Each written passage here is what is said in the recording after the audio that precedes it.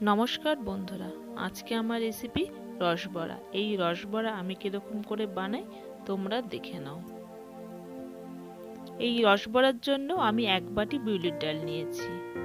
এবার এই ডালটাকে আমি জলে ভিজিয়ে রাখবো। তার আগে আমি ভালো করে ধুয়ে পরিষ্কার করে নিয়েছি। এই দেখো, প্রায় 3-4 ঘন্টা ভিজিয়ে রেখেছি, ডালটা ভিজে গেছে। এবার এই ডালটাকে আমি বেটে নেব। দেখো, আমার ডাল বাটা হয়ে গেছে। এবার এই ডালটাকে আমি ভালো করে ফেটিয়ে নেব। যত ভালো ফেটানো হবে তত ভালো বড়া হবে, আর তাতে রসটা ভালো ঢুকবে। এদিকে আমি রসটা করে নেব।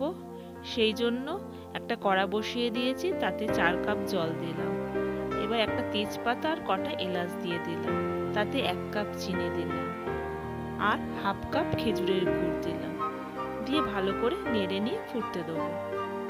রসটা যেহেতু পাতলা হবে সেই জন্য বেশি ফোটাবো না।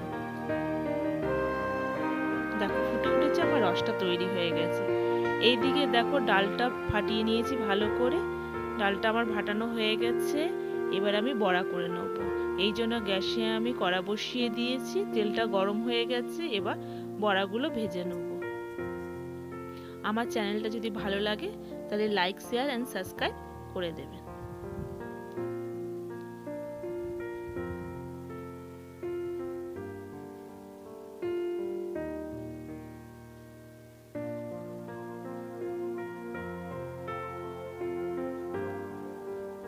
বড়াগুলোকে বেশ লাল লাল করে ভেজে নেব।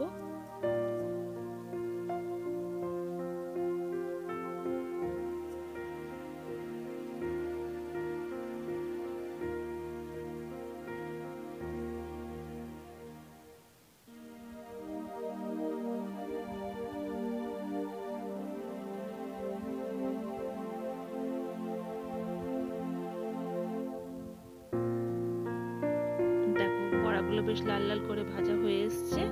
এবার আমি বড়াগুলোকে তুলে নেব।